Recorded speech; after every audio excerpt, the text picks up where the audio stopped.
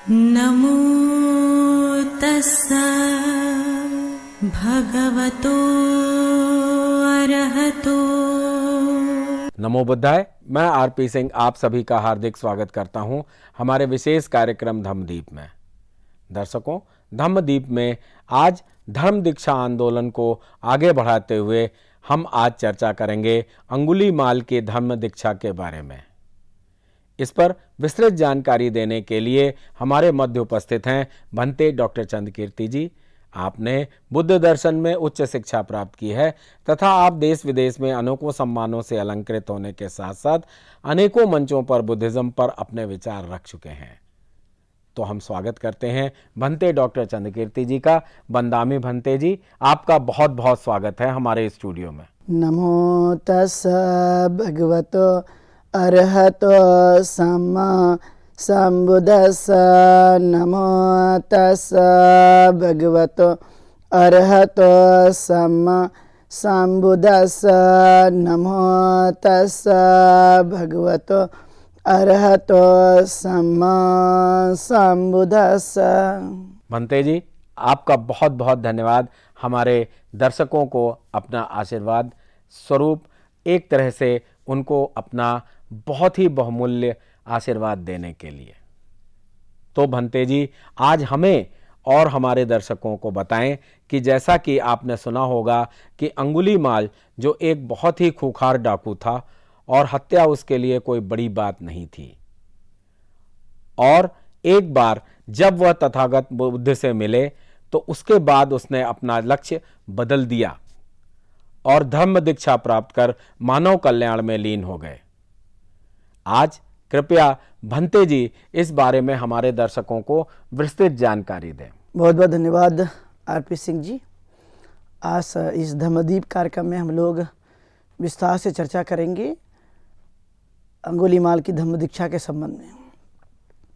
आप देख रहे हैं कि जैसे तथागत गौतम बुद्ध को ज्ञान की प्राप्ति होती है और वे लगातार एक गांव से दूसरे गांव और एक शहर से दूसरे शहर तक वो पहुंचते हैं, और जिन जिन लोगों को भी वह धम्म बताते हैं वे एक प्रभावित होकर तथागत गौतम बुद्ध की शरण में आते हैं। वैसे ही अब सिलसिला जो है ये लगातार चल रहा था, और उस काल में बहुत सारे ऐसे भी लोग थे जो अपने स्वयं के जीवन में वह अलग अलग तरह का दुख देख रहे थे। किसी प्रकार की कोई कमी नहीं, लेकिन उसके बावजूद भी वह कहीं ना कहीं दुखी थे। इसलिए तथागत गौतम बुद्ध का यह धम्म, जो कि आदि कल्याणं मध्य कल्याणं पर्युषाणं कल्याणं, अर्थात यह कल्याणकारी धम्म है, और इसलिए तथागत गौतम बुद्ध लगातार विचरण कर रहे थे। एक बार तथागत गौतम बुद्ध श्रावस्ती में जेत वन में वह रुके हुए थे। उन्हें पता चलता है कि यहाँ पर इस श्रावस्ती के ही जंगल में एक खूंखार डाकू रहता है। वह लोगों की हत्या करता है, लोगों को मारता है, लोगों को परेशान करता है, लोगों को जख्मी करता है। तो तथागत गौतम बुद्ध इस तरह से वहाँ पर पता करते हुए, जानते हुए, समझते हुए कि ये कितने अन्याय कर रहा है, क्योंकि मनुष्य को तो न्याय ही होना चाहिए। मनुष्य को तो सभी जीवों के प्रति प्रेम, दया, करुणा की भावना रखनी चाहिए, लेकिन ऐसा होते हुए हमें देखने के लिए नहीं मिला। इसलिए वह लगातार इस बातों को समझ रहे थे, और समझते समझते आप जानते कि उसी श्रावस्ती के, जो कि कौशल जनपद है, वहाँ के जो राजा थे वो राजा प्रसन्नजीत थे। राजा प्रसन्नजीत ने भी बहुत उपाय किए। वह उनको ढूंढ निकालना चाहते थे, उन्हें लोगों की हत्या हो रही थी, उन्हें बचाना चाहते थे, लेकिन ऐसा कोई भी व्यक्ति उनको जो है वो बचा नहीं पाता था। जो भी उस जंगल की ओर चले जाते थे उनकी वो हत्या कर देता था, और इस तरह से उन्होंने न जाने कितने लोगों की हत्या कर चुके थे। और राजा प्रसन्नजीत को लगता था कि नहीं, यह मेरा जो यह क्षेत्र है, इस क्षेत्र में, इस राज्य में सुखमय वातावरण निर्माण होना चाहिए, अच्छा वातावरण निर्माण होना चाहिए, और जब ये हो जाएगा तो काफ़ी अच्छा लगेगा। लेकिन चाहे वो समूह में लोग जा रहे हो, 10, 20, 30, बड़ी संख्या में जाने के बावजूद उसको एकाएक से अंगुलीमाल को काबू करना काफ़ी मुश्किल था। वो इतना खुखार डाकू था और इसलिए उसे किसी भी प्रकार से कोई भी व्यक्ति काबू नहीं कर सकता था। यह एक हमें जो उस समय का भय, डर का जो माहौल था, उससे हमें प्रतीत होता है। तब तथागत गौतम बुद्ध एक बार निग्रोधारा में रुके हुए थे, श्रावस्ती के, और उन्होंने चारिका की, चीवर पहने और भोजन के उपरांत वो उस जंगल की तरफ निकल पड़े जहाँ पे अंगुलीमाल रहता था। चूँकि राजा प्रसन्नजीत और उस काल में बहुत सारे ऐसे लोग थे, प्रतिष्ठित लोग, जो ये सोचते रहते कि अंगुलीमाल यहाँ पर जो है वो हत्या करता है। दूसरी तरफ तो यहाँ जेतवन विहार है जहाँ पर व्यक्ति को मानवता का पाठ पढ़ाया जाता है, लेकिन दूसरी तरह ही जंगल में एक ऐसा खुखार डाकू भी रहता है, इसलिए उनको लगता था कि मैंने उधर जाना चाहिए। तो जैसे ही तथागत गौतम बुद्ध ने अपने कदम जो है उस ओर बढ़ाने के बाद हम देखते कि वह जैसे बढ़े तो उनको बहुत सारे ग्वाला मिले, गाय चराने वाले, बहुत सारे लोग बकरी चराने वाले, किसान, मजदूर और अलग अलग तरह के लोग उन्हें दिखाई दिए जब तथागत गौतम बुद्ध उस जंगल की ओर बढ़ रहे थे जहाँ पर अंगुलीमाल था। और जैसे ही लोगों को समझ में आया कि ये श्रमण तथागत बुद्ध उस ओर जा रहे हैं, सभी ने रोका और रोकने के बाद कहा कि नहीं, मत जाइए, क्योंकि इस जंगल में तो बहुत ही खुखार डाकू रहता है। तथागत गौतम बुद्ध ने उनकी किसी की भी कोई बात नहीं मानी। वो अपने गति के साथ, अपनी रफ्तार के साथ में वह पूरी तरह से जंगल की तरफ बढ़ रहे थे। उनके मन में एक ही उद्देश्य था कि यह खुखार डाकू को मुझे परिवर्तित करना है, उसे सही दिशा में आगे बढ़ाना है, क्योंकि वह अकुशल कर्म कर रहा है, पाप कर्म कर रहा है। और मेरे धर्म का जो उद्देश्य है पाप से मुक्ति करना, पाप से छुटकारा दिलाना, यह ज़्यादातर मेरे धर्म का उद्देश्य है। इसलिए मैं चाहता हूँ कि ये भी पूरी तरह से यह कहीं ना कहीं उससे बाहर निकलने की कोशिश करते रहे।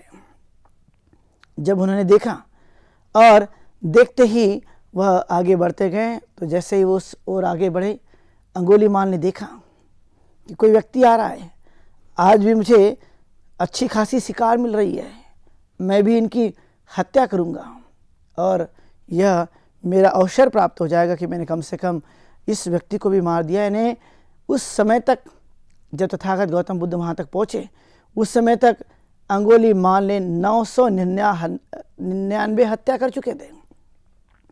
लगभग एक ही बाकी था 1000 के लिए, और 999 हत्या करने के बाद उसका मन और भी मजबूत हो गया था, बल मिल गया था, उसका भय समाप्त हो गया था। उसे लगता था कि हत्या करना अच्छा काम है और इसीलिए वह सबकी हत्या करता था। और तथागत गौतम बुद्ध को जैसे ही अंगुलीमाल कहते हैं कि रुकिए, तथागत गौतम बुद्ध वैसे ही रुक जाते हैं।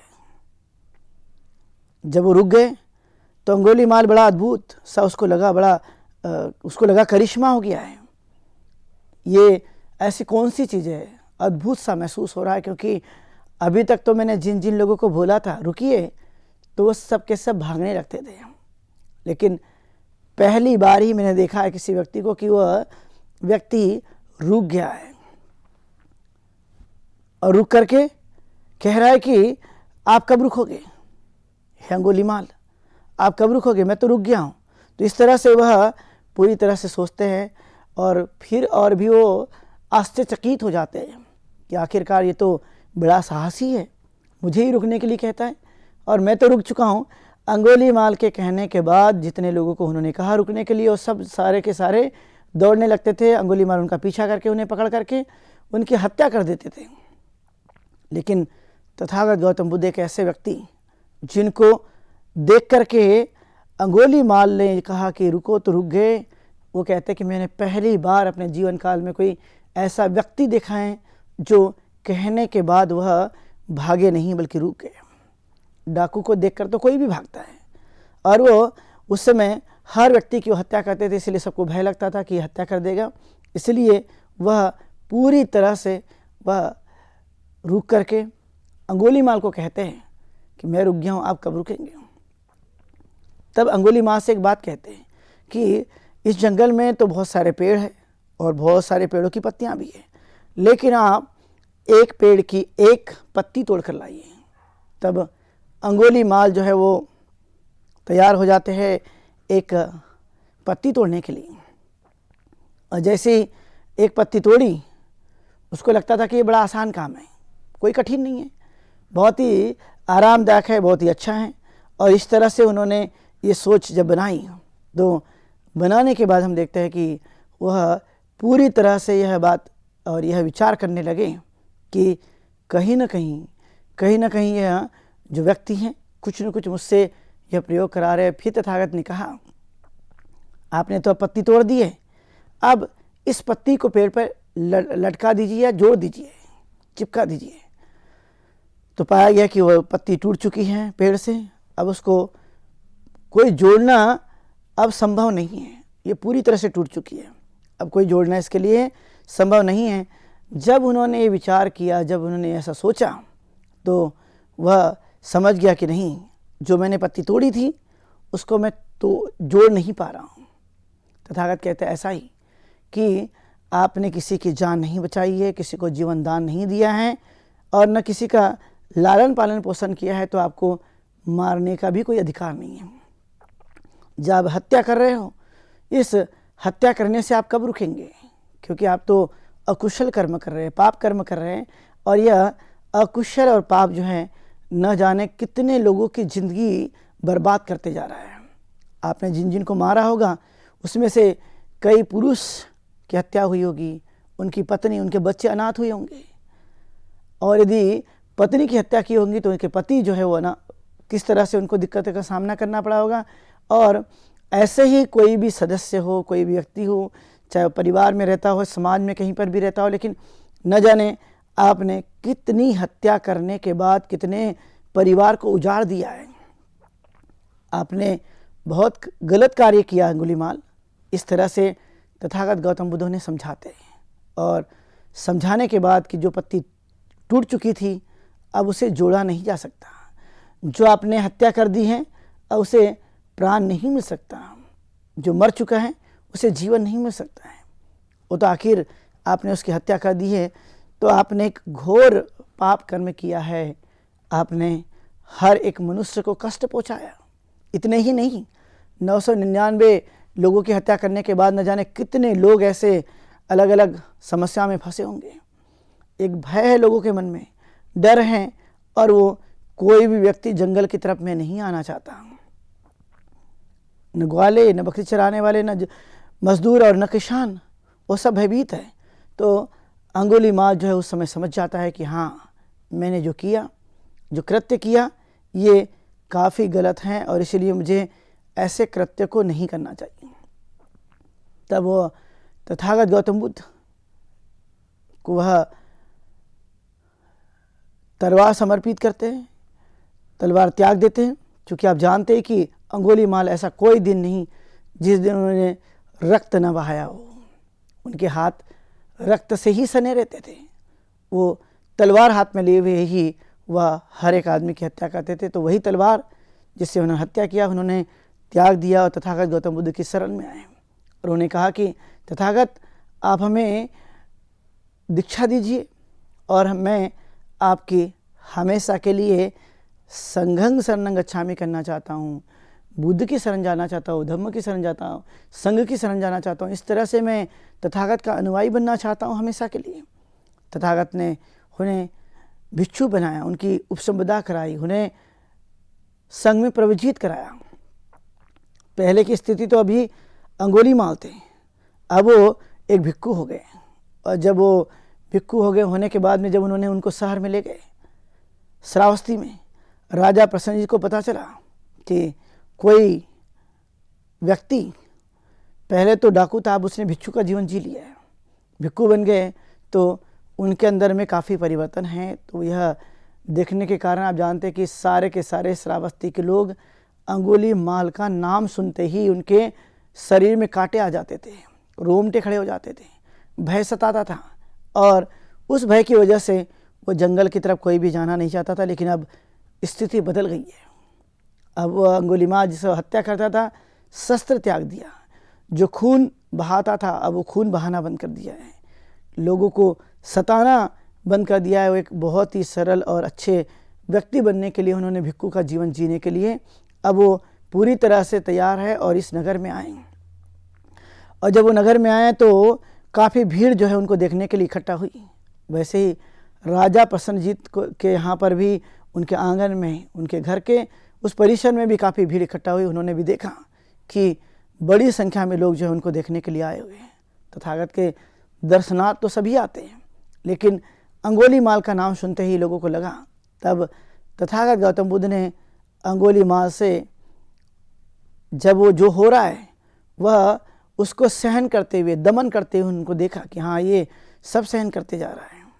और तब राजा प्रसन्नजीत को तथागत गौतम बुद्ध ने कहा कि अब ये भिक्षु बन गए, आप इसको पहचान नहीं पाएंगे। उनको तब तक ये पता नहीं था कि यही अंगुलीमाल है। तब तथागत ने उन्हें बताया कि यही वो अंगुलीमाल है। अब इन्होंने अपने केस मुंडन कर लिए हैं, अपनी दाढ़ी मुंडन कर ली है और कांस्य वस्त्र धारण कर लिया है और चिवर के साथ उन्होंने पात्र ले लिया है। इस तरह से वह भिक्षु हो गए। और जब ये भिक्षु हो गए तो अब इनकी पूरी तरह से स्थिति बदल गई है। अब वह वैसा समय नहीं है, क्योंकि उन्होंने अब शस्त्र त्याग दिया है और अपने जीवन में प्रण किया हुआ है।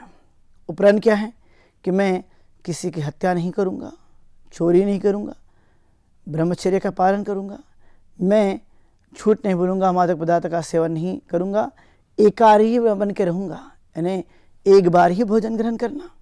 और जो ऐसी सुगंधित चीज़ें हैं, जो नाच गाने हैं, जो लग्जरीज लाइफ है, उसको मैं सबको त्यागता हूँ और मैं सामान्य से सामान्य भिक्षु का जीवन जीना चाहता हूँ।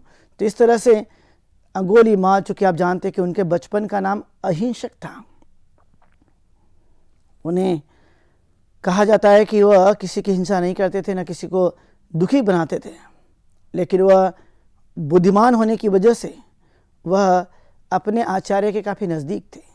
और दूसरे शिष्यों ने देखा कि अंगुलीमाल जो है यह बहुत ही नज़दीक है अपने आचार्य के, तो उनको लगा कि नहीं, इसे कहीं ना कहीं हमें सताना चाहिए, कुछ इसे ऐसे आरोप लगाना चाहिए। तो उनके साथियों ने उन पर आरोप लगाया कि जो अहिंसक है, इसका संबंध उसके गुरु माता से है।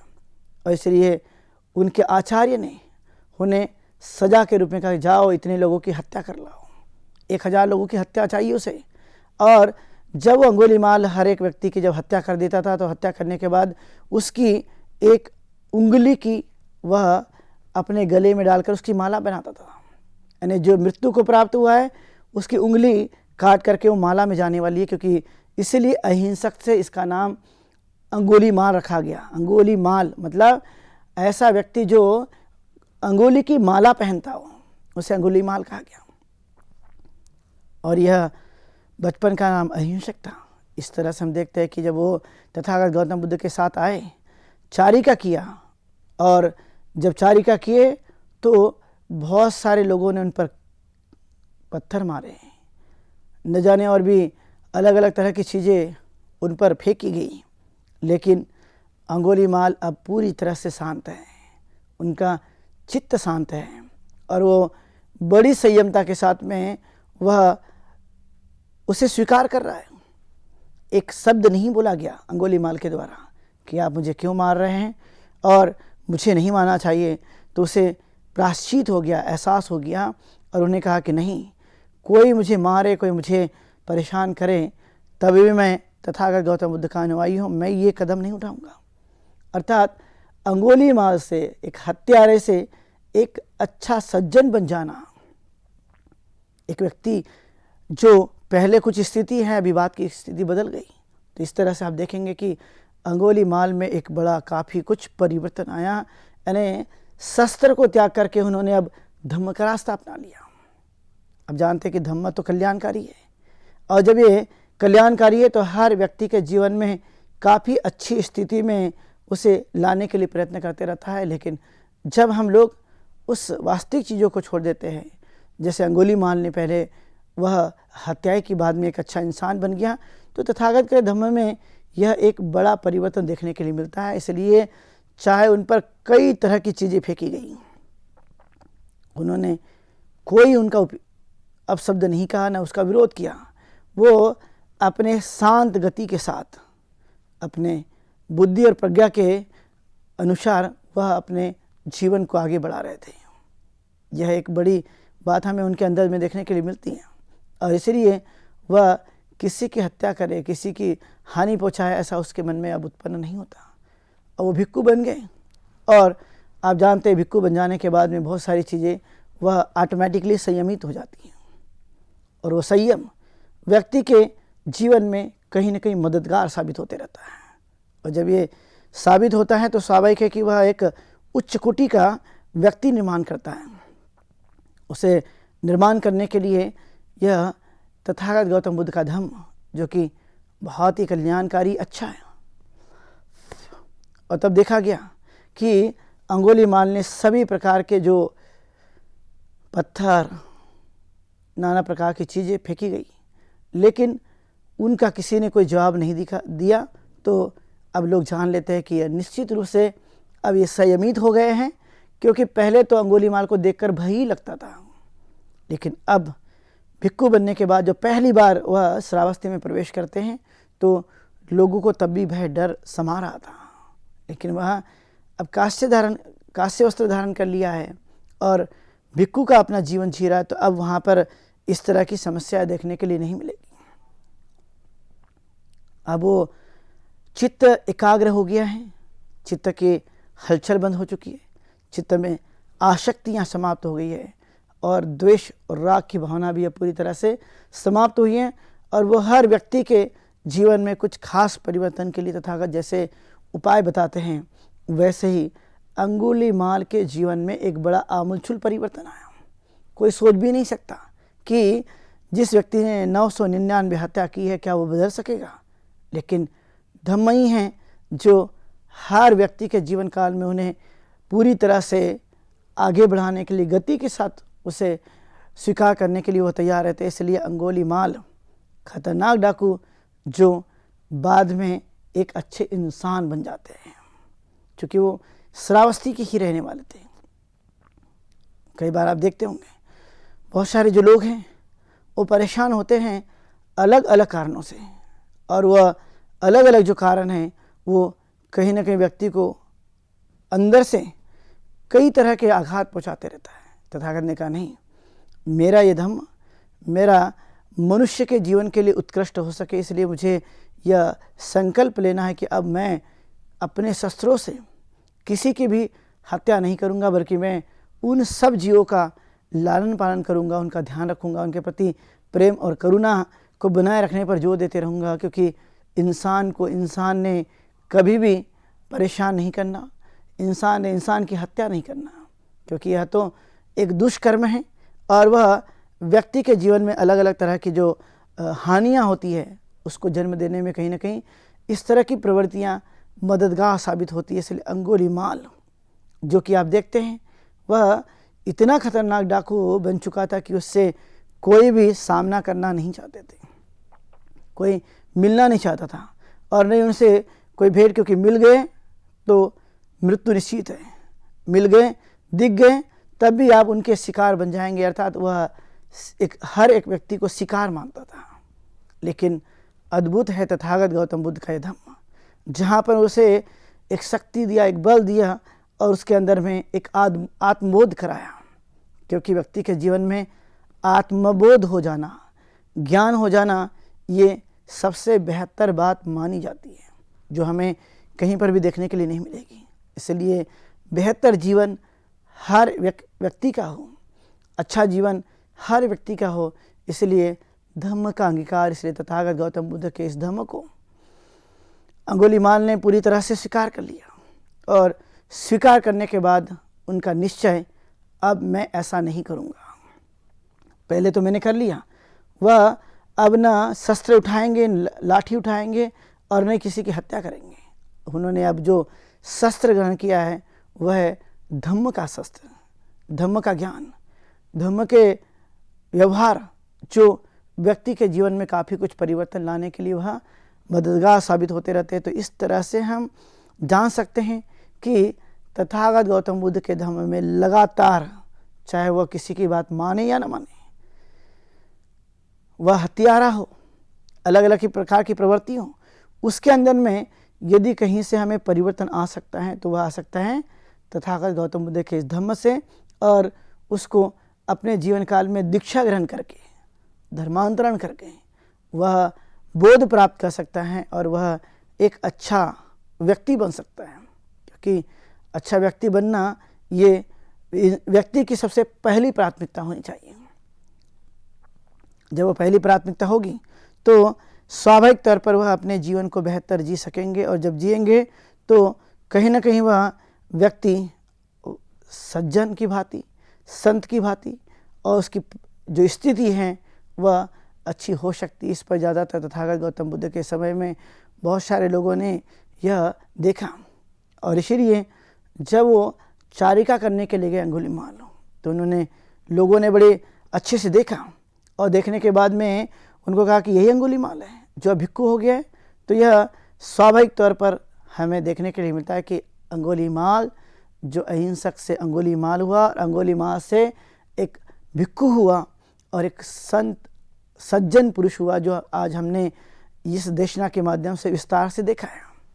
सभी लोगों ने आज की देशना को सुना। सबके प्रति ढेर सारी मंगल कामनाएं। आप सुखी हो, दीर्घायु हो, स्वस्थ रहे। बहुत शुभ मंगलम। भंते जी, बहुत बहुत धन्यवाद।